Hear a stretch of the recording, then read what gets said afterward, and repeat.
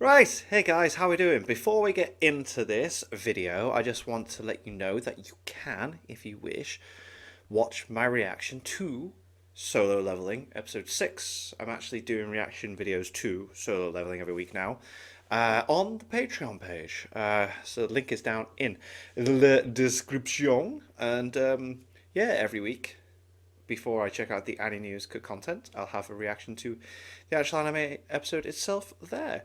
But I'm very excited to see this. This episode was so good. Like, I thought this was boss. I thought everything about this was fantastic. Like, you can see in my reaction, like, I'm just like buzzing over the music, the direction, everything that's thrown in. But I'm really intrigued to see what was cut out or left out, because I mentioned in my reaction that I feel like potentially the stuff with the higher ups is something that wasn't actually in the original like order of when it's released, because he mentioned earlier in another quick content video that they've thrown these things in earlier, and I like that. But yeah, let's see what was actually what was actually changed or left out or potentially added. This right here is what makes Solo Leveling, well, Solo Leveling. It was so brutal and I loved it. It's not some deep story with complex characters or convoluted plot elements, but is instead a portrayal of one man's desire to become stronger. It's the essence of power fantasy refined down to its best. There it is. That moment was so cool. Everything we love to see from them shown over and over, all of which leads to that same satisfying conclusion that we got in this episode. Now, normally I would ask for your comments at the end, but I'm genuinely curious to know whether you find the anime good or not now. Yeah, I think it's great. I love it. Has it finally clicked as something you think you'll enjoy, or are you still on the fence even after that banger of an episode last? No, I am not on the fence. We are over it. We're over the fence and we're running towards more of it. Either way, if you're here now, that means you want to know more about Solo Leveling. So let's take a look at the full extent of Sung's rage in the novels, and I love how they were imitating the glowy blue eyes as well within the animation. I thought that was pretty the cool. importance of this turning point from naive hunter to cold-blooded killer. It was a series of events that can be summarized pretty much like this. お前はもう死んでいる。何? Episode 6. The Real Hunt begins. The Real covering Hunt chapters begins. 21 to 24 of the manhwa and Seems to be 3 chapters each episode. chapters now, 20 to 24 of the web novel. If you remember what I had mentioned last video, one of the core differences between Sung in the novel and Sung in the anime is the confidence he had when approaching pretty much everything in the gate. Opportunity was slipping right through his fingers, so when the first signs showed that Hwang and his group were going to betray him, Sung became excited at the possibility of all those opportunities returning to him. Right. He literally couldn't wait for Hwang to make his move, simply because that would mean he alone could be the one to indulge in all the experience and essence stones. So, as Sung waited in excited anticipation for what he knew was coming, he continued to follow Hwang solely for this moment here. Waiting The for inevitable betrayal in which everything would be handed off to him. He didn't feel bad or angry that this was the outcome, since in the end it was exactly what he wanted. It was that exclusive opportunity to continue getting stronger. Yeah, because in the anime he seems to like hesitate quite a bit, and then it's like, and then the system forces him. It's like, It was after the group had blocked the entrance that Sung would then check to see just how trapped he was. As it turns out, the rocks were much lighter than he had initially anticipated. So much so that if he really wanted to escape, all he needed to do was apply a bit of power and move them. oh, okay. Of course, Sung had zero intention of leaving, since to him the boss in front of him was something he was fully confident he could handle right now. Again, he questioned that in the anime, right? Okay, yeah, cool. If it wasn't, then he wouldn't have let Hwang trap them or even walk away for that matter. It's because he knew he could in fact beat this enemy that Sung would face this spider with the calm, collected composure of an experienced veteran. Right, that's just so different. This is awesome. Like, yeah, I kind of like the anime approach where he's like doubting himself, but then goes for it. It's like, the build up. It's another example of that confidence that I was talking about in the beginning.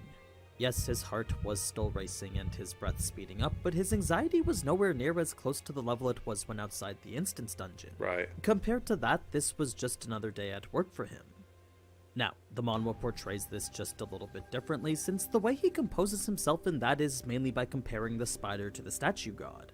When thinking about the completely different level that boss was on, this spider was once again nothing special to him. But he did do that in the last episode, didn't he? He did like have that moment where he thought about this and he was like, "No, we can do this." Certainly nothing he needed to be extremely concerned about. This brings us now to the fight itself, where the essence of the manhwa was captured pretty much perfectly. There was a moment where Sung commented on how he was losing track on how long he'd been fighting for, but that was just more of a descriptive lead-in for the fatigue concept. The novel, on the other hand, focuses on Sung's entire thought process, and it's here we see Sung reflect a little bit of Shadow. What I mean is that, just like how Sid analyzes attacks then reacts in the most refined way possible, so too was Sung doing the same, then creating an opening for a counterattack. I thought the animation on this fight was absolutely boss. Like, yes. He was dodging the spider with the least amount of movement possible, then proceeding forward one methodically crafted step at a time. At first, the spider's attacks were nothing but a blur, but after dodging the first set on instincts alone, his focus on their movements made them a lot more visible. He began to see it was just a sequential movement of left leg, right leg, and that made dodging a whole lot easier. It was by the time he was in range of the spider's head, though, that something felt off as the spider's attacks were slowing. Initially, he thought it was just because he had gotten used to them, but his refined senses assured him that they were in fact getting slower. The sound of their impacts had definitely spaced out a bit. That's when Sung could hear the spider's mandibles Wow, the art on that is so good. twitching, and once again, out of pure instinct alone, he decided to dodge sideways rather than commit to the counterattack. It was a move that would turn out to be a life-saving one, since had he jumped forward, he would have been met with a face full of acid. The spider's counter for those who got too close to it. Sung would do his same dodge advance pattern to get in range of the spider's head again, but once again the acid would push him back. It seemed this combo of acid at close range and legs at long range was a bit more difficult. A challenge quickly turning the situation into something more dire, since it was clear who out of the two of them would get tired first. Since the spider was only using its two front legs to attack, it was far more strenuous for Sung since he was using his entire body to dodge. I mean, yes, there was zero wasted movement when he did, but at the same time it did still require incredible amounts of energy to do so. Hence why his fatigue gauge was going up. So, we know at 70 Right, so it got set right, so we see a... Ah, that looks so good! fatigue he'll become a bit slower, but it's at 90 and above that his breath would cease and his body pretty much stop. Ah. So, with very little time remaining to defeat this boss, Sung would rely on his skill instead of the status refresh. He would activate Sprint to get to the spider's head faster, That and was so that cool. alone would be enough to give him the advantage. This was another core difference between the novel and anime, since there was never that moment where Sung was losing. He didn't get hit or get pushed to the edge of defeat, and that in turn never resulted in him having to game the system like this. Right. It's an added scene I think makes Sung seem a bit more human, since the novel hasn't really shown him struggle at all yet. Oh, cool. Right, so the whole build up to the full recovery thing. I thought that was class because that made so much sense. I was very like, wait, what? But when he explained it, it's like, ah! Ever since he'd gained the system, every opponent he's faced has just been, well, easy. So, for the manhwa and anime to slow things down and make encounters tough, to me that's an additional element that I think makes this power fantasy a lot more enjoyable. Constant ups and downs are a lot better than just a consistent linear rise to the top. I agree. So, with that being it for the spider, the essence core Sung had pulled was worth around $7,500. Nice. This wasn't all the cores he had found though, since within the spider's stomach was numerous ant corpses yet to be digested. Oh! Valuable loot he wasn't just gonna leave on the table like that. That was left So, out. after carving them out and looting the loot of what was essentially the spider's loot, Sung had earned himself an additional 10 essence cores. Cool. Enough he believed not just to pay for rent, but perhaps even to get his own mortgage now. Nice. This would then lead to Jinho acting all nervous and eventually a promise that he wouldn't tell anyone anything. You see, Sung was planning to ask for him not to say anything, but it was right before he could that Jinho would assure him he wouldn't. Nice. It's not like Sung was planning to coerce him into doing so, but for him to go ahead and do it on his own accord, Works out well, anyway. that did make things a whole lot simpler. Yeah, it's cool. It was actually something Sung was incredibly thankful for.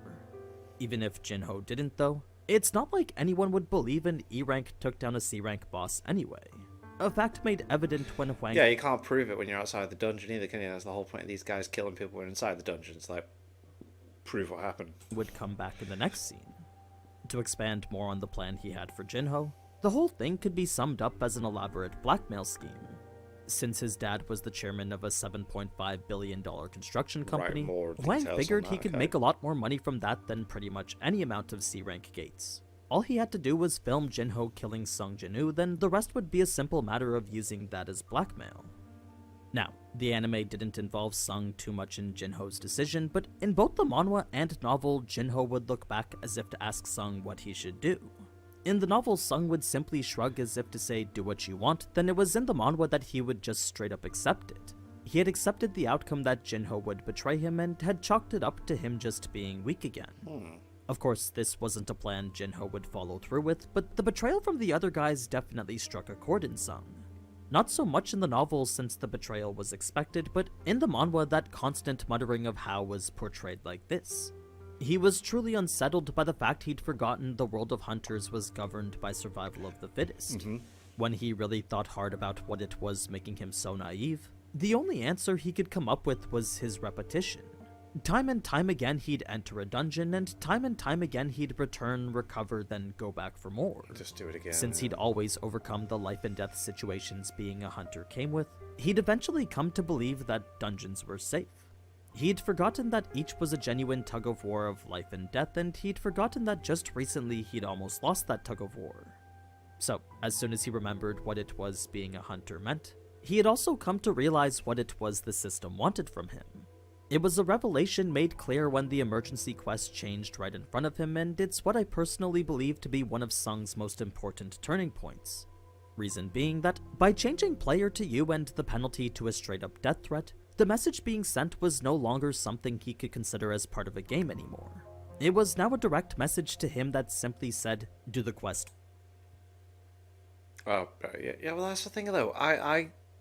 It was like, for me, it's like, it's not telling you to kill them, it says defeat them, but like, Or I'll kill you.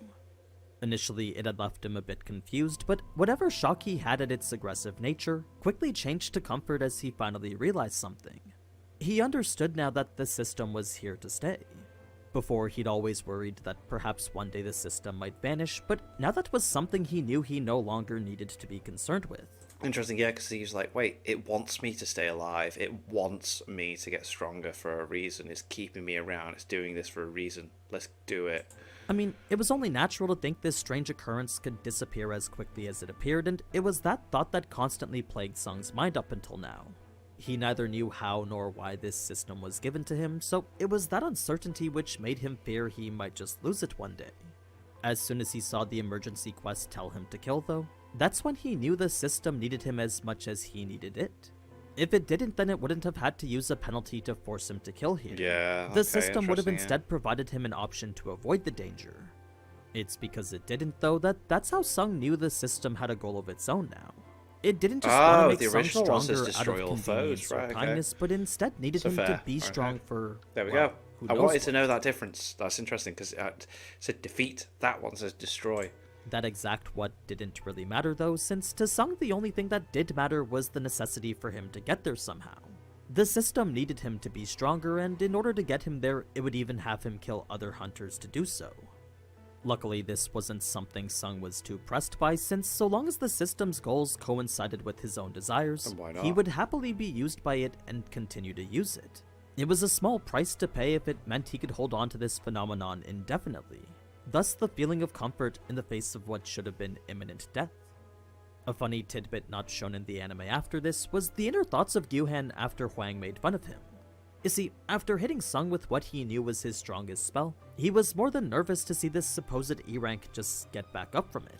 Yeah, because I thought they were going to do more with it, because like, he says, like, wow, you held back or something, doesn't he? And then he just starts laughing. I was hoping for like a bit of a nervous kind of laugh to be like, yeah, oh god. As a spell that used 1/3 of his total mana, if that wasn't enough to Right. kill him, then nothing else he had would. It was the reason he looked so anxious in the anime here. Another comedic bit with one of the other hunters was the way that this one had tried Mate, to intimidate Sung. This was great. We didn't get to see this in the anime either, but this position here was actually him trying to put Sung into a headlock. Oh. He would wrap his arm, then apply as much downward force as he could, but no matter how hard he tried, Sung just wouldn't bend. Oh. It was once this hunter realized Sung was just significantly stronger than him that he knew, for lack of a better term, that He fucked up. This would then lead He to a done part in the goofed. manhwa where Sung would remember only the strong survive, and that in turn would lead to him going into demon mode. So Gyuhan would be the first to go after this, then after that it would be the other 6 hunters. Most was either through an application of bleed or paralysis, but for those sliced to pieces, they were probably the lucky ones. If you're wondering what exactly bleed did, well, any person afflicted would lose 1% health every second. Damn! I'm not sure if that's percent max health or percent current health, but I would assume max since the hunters afflicted with it ended up dying anyway. Jesus. Now, the core attribute which made this fight so incredibly easy was Sung's agility and its ability to make him see things easier. To him, everyone was just a whole lot slower, and to them he was just a whole lot faster. It was another instance in which the relative nature of speed was highlighted. So, as he weaved and dodged, cutting everyone down in the process, his final move was a ruthless chokeslam, leaving Hwang grasping for air. Unlike how he beheaded Hwang in the anime though, Sung instead kept his grip and continued to squeeze harder, Whoa. ending Hwang's life in a far more brutal manner some may find unbefitting to his character. What I mean is that, while decapitation can be seen as this swift move done out of necessity, crushing his neck feels more like something only a trained, cold-blooded killer would do. It was a far edgier move than what I would expect from Sung, since his first kill was literally only a few moments ago. That didn't mean he wasn't particularly shaken by it, but after all was done, his heart was still beating normally. It was beating no different than how it would had he just been walking in the park, leading Sung to think that perhaps something else about him had changed. Perhaps the system wasn't the only thing instilled within him after the double dungeon. This wasn't something Sung would spend much time thinking about though, as the rewards he earned would turn his attention elsewhere, specifically at his brand new skill, Bloodlust. Since Which is skills were something he acquired something in the only anime, gained yeah. through runestones, this was the most valuable thing that he'd earned that day. I mean, he did after all defeat the spider only because of his sprint skill. So, with one more added to his arsenal, Sung was ecstatic knowing his kit had one more option in Sick. it. Go. It was a great reward that matched the severity of the penalty, one he could only relish in for a little bit since the cost of attaining it was rather hefty. When he remembered the people he had to kill to earn it, the reward honestly didn't seem that amazing anymore. This now brings us to the final scene with Jin-Ho, in which the whole thing was just Sung figuring out what to do with him. So, when Jin-Ho came to Sung begging to let him live, Sung, who was initially unsure as to how to proceed, quickly realized managing him would be a whole lot easier. I mean, with fear already working towards his advantage, all he needed to do was lean into it a bit, then Jin-Ho would keep his mouth shut forever. Unfortunately, Sung leaned in a little bit too hard, so when he asked Jin-Ho why he should let him live, he could literally sense Jin-Ho's heart fall straight into his stomach, leading Jin-Ho to offer money and whatever else he could. Of course, this wasn't the type of person Sung was, so after getting even angrier at the bribe Jin-Ho tried to make, Jin-Ho knew he had to readjust his understanding of the type of person Sung was. He would think back on everything he'd just witnessed, then eventually come to the conclusion that Sung was a patron of effort. He was a person who had no problem looting a boss for every last essence stone, but at the same time wasn't someone willing to accept handouts. So, to Jin-Ho, this could only be indicative of one single thing, and it was that Sung wanted nothing to do with anything he didn't properly earn himself. If it wasn't something he fought tooth and nail for, then it wasn't something that Sung would want. That's the reason he denied Jin-Ho's bribe so vehemently. So, what Jin-Ho needed to offer instead was a proposition worthy of Sung sparing his life. One that Sung would know he earned through his efforts in the dungeon, yet one that wasn't meaningless like Jin-Ho's father's money. It was a thought that eventually led to the idea of giving Sung all the essence cores, something I'm sure we'll see mentioned in the next episode. Right. Sung had also gone to loot the 2 million he was owed from Hwang's wallet, then it was after that that the two would finally depart the dungeon. The reason I mention this bit of grave robbery is because it's indicative of the fact that Hwang wasn't always planning to betray Sung.